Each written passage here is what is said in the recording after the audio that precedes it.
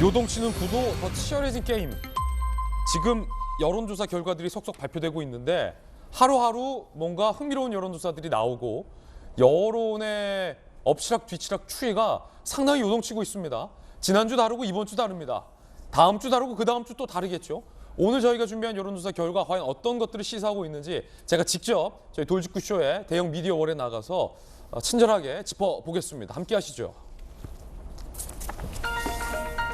자, 20대 대선 이제 55일밖에 남지 않았습니다. 주요 변수가 된 야권 단일화라고 제목을 저희가 붙여봤습니다. 이번에 실시된 여론조사는 YTN과 리얼미터가 실시된 여론조사 결과인데 윤석열 후보로 단일화가 됐을 경우와 안철수 후보로 단일화가 됐을 경우 과연 가상 대결, 그 대선 결과는 어떻게 나올까에 대한 여론조사가 실시됐는데 함께 보시죠.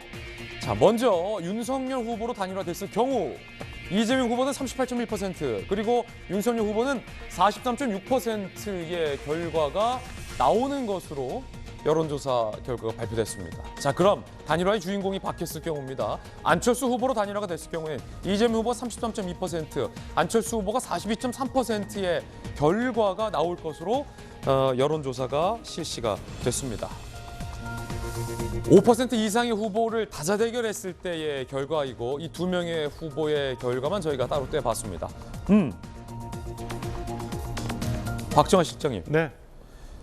지금까지 여론조사 결과들은 양자 대결을 했을 때, 즉 단일화가 됐을 때 그 결과가 윤석열 후보보다는 안철수 후보가 이재명 후보에게 상대적 우위가 있는 것으로 여론조사가 대체적으로 발표됐었는데 지금 YTN 리얼미터 경우는 오차범위 아니긴 합니다만 지금까지는 단일화를 했을 때 윤석열 후보보다 안철수 후보가 상대 우위를 가졌다면 이 결과는 좀 그렇지가 않네요. 그렇죠. 윤석열 후보가 다소 상대 우위를 갖고 있는 결과네요. 어떻게 보십니까? 그러니까 이 결과가 이제 뭐 고착화될지는 뭐 다른 조사를 좀 더 봐야 됩니다만 그렇죠. 지난주에 저희 당이 굉장히 내용을 많이 심하게 겪었잖아요. 그러니까 그래서 선대위도 뭐 해산을 하고 그다음에 윤석열 후보의 메시지 전달 방식, 그다음에 몇몇 가지의 이제 정책 공약들이 발표가 됐는데 그것들의 영향을 좀 받았던 것 아닌가 싶은 생각이 우선 듭니다. 그러니까 지난주 그다음에 작년 연말부터 해서 윤석열 후보가 이제 지지세가 하락을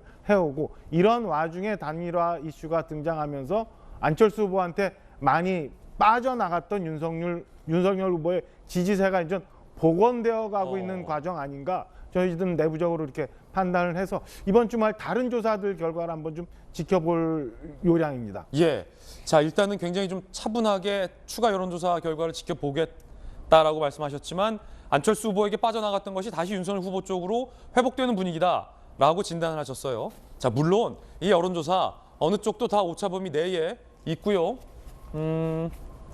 다만 안철수 후보로 단일화를 했을 경우는 오차 범위를 넘어서서 안철수 후보가 앞서는 것으로 나왔습니다. 윤석열 후보와 이재명 후보는 오차 범위 내에 들어와 있는 결과고요. 그렇죠, 이재명 기자? 그렇죠.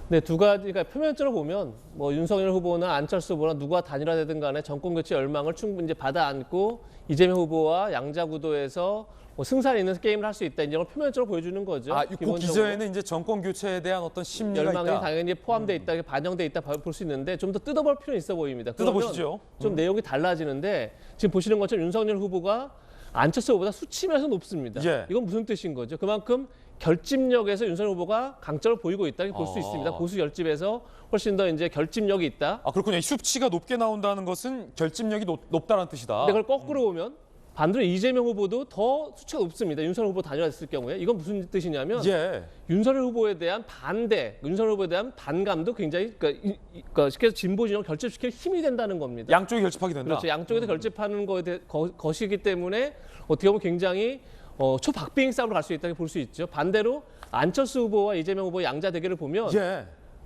안철수 후보가 윤석열 후보보다 수치면 낮지만 이재명 후보의 격차가 더 커집니다. 이게 오차 뭐죠? 범위를 벗어나서 이기는 그렇죠? 걸로 나와요? 이거는 결국은 안철수 후보에게 훨씬 더 중도 외환 확장력이 더 강하다라는 걸 증명하는 거죠. 그러니까 그만큼 이 수치 자체가 양쪽의 장점과 단점을 보여줍니다. 그러니까 윤석열 후보에게는 결집력이 강한 반면에 중도 외연 확장에 대해서 아직까지도 외연 확장에 대한 힘이 약하다는 걸 분명히 보여주고 그다음에 안철수 후보 같은 경우는 중도 외연 확장력은 강한지 모르겠지만 본인의 결집력이 약하다. 그러니까 그러니까 서로의 장단점을 어떻게 보완하느냐가 지금의 숙제다 예. 이렇게 볼 수 있는 거죠. 흥미로운 분석 좋아요. 아주 흥미로운 분석이었습니다. 그러면 연령별로 좀 볼 텐데 그 중에서도 20대들의 마음은 누구에게 가 있을까? 지금 그 결과 공개합니다. 자, 보시죠.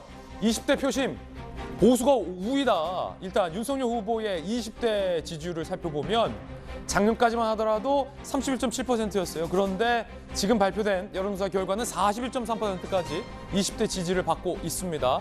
흥미로운 건 이 그래프의 곡선 중에서 가장 드라마틱한 곡선은 바로 안철수 후보가 그려내고 있다는 겁니다. 윤석열 후보 바로 밑에 안철수 후보의 사진이 올라왔죠. 안철수 후보의 지지율이 6.6에서 21.3까지 굉장히 드라마틱하게 기울기라고 하잖아요. 기울기. 초등학교 때 이 각도가 가장 크다. 20대들의 지지율이 급상승하고 있다. 즉 윤석열, 안철수 두 후보 모두 20대의 지지율이 상승하고 있는데 수치는 윤석열 후보의 수치가 안철수 후보보다 훨씬 2배 좀 못 미치게 높지만 상승세는 안철수 후보가 가장 가파르다. 반면 이재명 후보의 20대 지지는 19.1에서 19.7, 심상정 후보는 11.5에서 11.0의 추이를 보이고 있다라는 특징을 살펴볼 수 있겠습니다. 이게 무슨 의미입니까? 박정환 실장님, 20대들의 지지.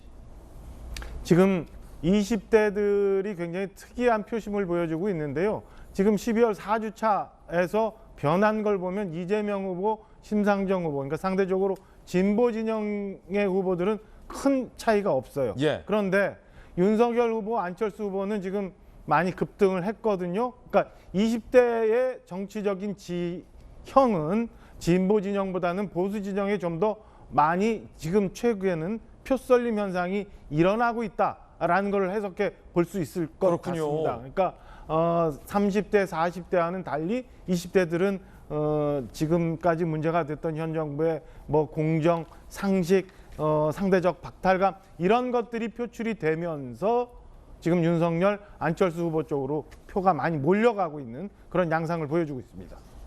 멸공이 논란이었잖아요. 지금 여론조사 실시된 기간을 보니까 이재명 기자 1월 10일부터 11일이에요. 그제? 어제예요. 그제예요. 그렇죠. 멸공 논란, 월요일, 화요일이죠. 멸공 논란 와중에 여론조사가 실시된 건데 그러면 20대들은 멸공! 이 논란에서 윤석열 후보, 안철수 후보에게 지지를 보냈다라는 의미이기도 하잖아요. 꼭 뭐 멸공 때문은 아니겠습니다만. 그렇죠. 뭐 멸공 때문에 저렇게 됐다라고 볼 수는 없겠죠. 뭐 근데 어쨌든 2대 그러니까 20대, 30대 남성들에게 영향을 미쳤다고 볼 수 있는 여지도 분명히 존재할 것 같고, 그런 뭐 그러니까 여러 가지 상황들 또 거기다가 이제 뭐 또 윤석열 후보가 뭐 여성가족부 폐지라든지 그냥 2대남을 향한 메시지를 많이 냈었죠. 그런 것도 영향을 미쳤을 텐데, 근데 그러니까 이 근본적으로 봤을 때 20대, 30대에 왜 다들 집중을 하느냐. 지금 윤석열 후보도 마찬가지고 안철수 후보도 마찬가지고 예. 이재명 후보도 마찬가지로 생각하는데 결국 20대, 30대의 표심이 굉장히 변동성이 강하다. 이렇게 볼 수 있을 것 같습니다. 그러니까 이게 30대, 40대, 50대가 기본적으로 민주당 성향이 강하고 60대, 70대가 기본적으로 국민의힘 성향이 강하다면 지금 20대, 30대가 아직 결정하지 못했고 그런 점에서 과연 그들의 어떤 맞춤형 민심을 어떻게 잡아내느냐에 따라서 굉장히 변동이 크고 그런 점에서 지금 모든 후보들이 그 20대, 30대의 표심을 얻기 위한 경쟁을 벌이고 있다 이렇게 보면 될 것 같습니다. 공교롭게도 20대의 지지율이 급상승하기 직전에 있었던 정치적인 이벤트는 윤석열 후보와 이준석 대표와의 갈등 봉합이었습니다. 이준석 대표 이야기 들어보시죠. 안철수 후보가 2017년 대선에서도 그렇고 어떤 선거에서 잠깐 지지율이 반짝하는 경우는 있습니다. 너도 싫고 날 찍어라. 안철수 후보가 10%를 넘는 지지율을 획득했다 하더라도 제한 없는 양비론을 지속하다 보면은 다시 원래 지지율 수준으로 돌아갈 것이라 생각합니다. 자, 20대 지지율 상승에 탄력을 받은 이준석 대표는 안철수 후보를 견제했습니다. 반짝 저러다 말 것이다라는 겁니다. 그러면 이 그래프에서 20대 그래프에서 오차범위 아니긴 합니다만 윤석열 후보 다음에 이름을 랭크한 안철수 후보의 이야기 한번 들어보겠습니다. 국민 여론상 단일화를 요구하는 추세로 계속 나온다면 좀 응답을 어떻게 하시겠어요? 국민들께서 누가 더 확장성이 있고 정권 교체가 가능한 후보인지 판단해 주실 거라고 믿습니다. 이준석 대표가 다시 2030 지지율이 윤 후보 쪽으로 반등하고 있다고 주장을 했는데 이러한 추세는 좀 동의를 하시나요? 저는 여론조사 결과에 일희일비하고 그러지 않습니다.